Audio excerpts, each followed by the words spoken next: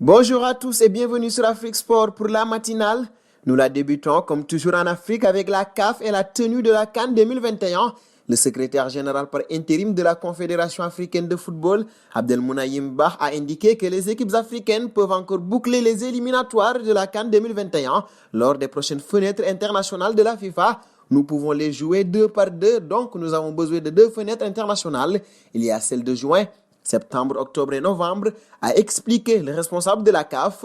Abdelmounayim Bah a ajouté, en tout état de cause, la crise actuelle, parlant notamment de la pandémie du coronavirus, perturbe les calendriers. Toutes les options sont sur la table et ce qui est sûr, c'est que la CAN est toujours prévue en janvier-février. Reste à savoir quand le coronavirus décidera de quitter le monde des virus incurables.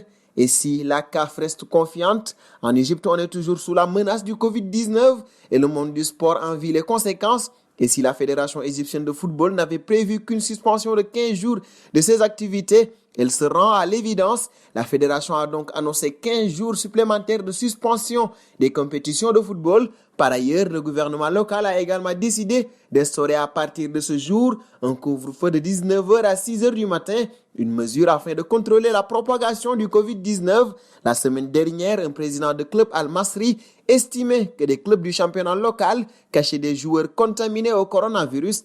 L'Égypte compte à ce jour 566 cas de contamination et 68 guérisons.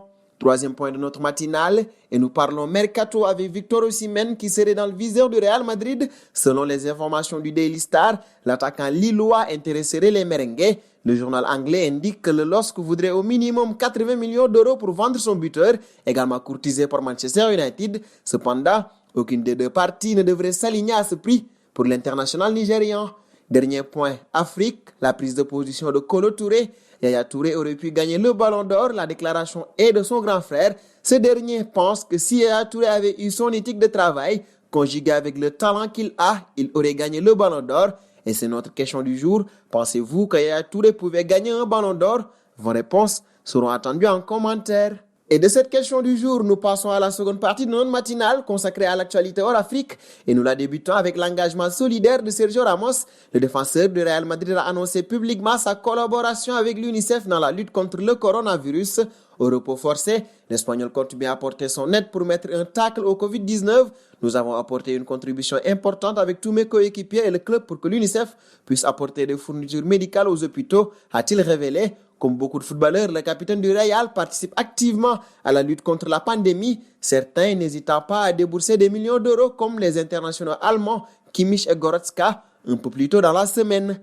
Et Ramos semble bien faire puisque l'Espagne n'est nullement épargnée. L'Espagne continue d'être frappée par le coronavirus après des clubs de Liga comme Valence ou l'Espagnol Barcelone. Le Girona FC, Segunda Division, a annoncé un cas de Covid-19 au sein de son club. Un joueur professionnel en a présenté les symptômes. Le club espagnol a communiqué la nouvelle sur les réseaux sociaux. Pour le moment, le nom du joueur concerné n'a pas été divulgué. Troisième point Europe et nous parlons de Zlatan Ibrahimovic. D'après la Gazzetta dello Sport, le Suédois pense de plus en plus à raccrocher ses crampons à l'issue de la saison. Il n'aura pas digéré le licenciement de Vonimir Boban et n'aurait pas l'intention de poursuivre au Milan AC. Et plutôt que de se chercher un autre challenge, il envisage maintenant de mettre un terme à sa carrière.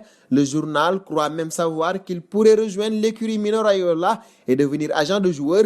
Depuis son retour en Lombardie, Ibrahimovic a inscrit 3 buts et délivré une passe décisive en 8 apparitions en Série A. Le dernier point de cette matinale nous conduit auprès de Joël Matip. Alors que ses coéquipiers célébraient leur incroyable remontada face au FC Barcelone, le défenseur central de Liverpool a été confronté à une situation particulièrement cocasse. Tiré au sort pour effectuer le contrôle antidopage après la rencontre, le Camerounais s'est retrouvé seul en compagnie du Barcelonais Lionel Messi, complètement dépité. Quand je suis entré dans la salle pour faire le contrôle antidopage, il y avait un garçon assis là et complètement déprimé. C'était Messi. Vous connaissez les autres joueurs en jouant contre eux, mais ce n'est pas comme si vous étiez assis l'un à côté de l'autre dans une petite pièce. Tout le monde faisait la fête et j'étais assis là, dans une cabine, avec Messi, a ainsi raconté l'ancien joueur de Schalke 04 aux médias allemands 11 Freund. Visiblement, les deux hommes n'ont pas beaucoup parlé ce soir-là. Et c'est sur cette note que nous fermons notre matinale. Nous vous remercions de l'avoir suivi et vous donnons rendez-vous demain sur Afrique Sport. C'est pour ne rien manquer du football mondial. Abonnez-vous sur la chaîne Afrique Sport pour de nouveaux contenus exclusifs de vos sportifs préférés. N'oubliez pas également d'activer la petite cloche pour ne rien rater.